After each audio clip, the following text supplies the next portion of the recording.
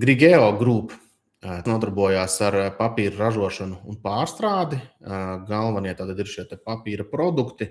Angliski saucās tissue, bet latviski mēs varētu teikt, tas ir toaletes papīrs, salvetes un šāda te veida papīra produktu izstrādājumi. Uzņēmums arī ražo iepakojumu un kartonu. Šis ir arī ļoti pateicīgs bizness tādā ziņā to, ka tad, kad to saražo, tas ir svarā viegls, bet tilpuma aizņem daudz.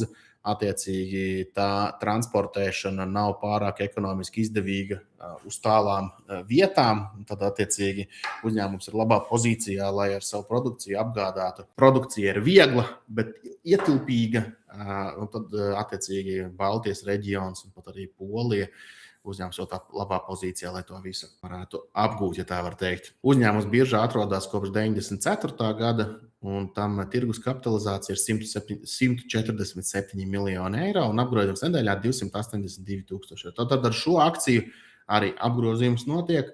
Varianti ir, ja tā var teikt, ja ikdienas investoram ir iespēja to salīdzinoši brīvi nopirkt un pārdot. PI rādītājs tam ir 6,9 un dividendžu ienesīgums pēdējos 12 mēnešos ir 5,33%. Šis uzņēmums ir salīdzinoši lēti novērtēts, bet tas lētais novērtējums arī balstās tajā to, ka vēl joprojām nav zināms gala iznākums, kādas būs soda sankcijas.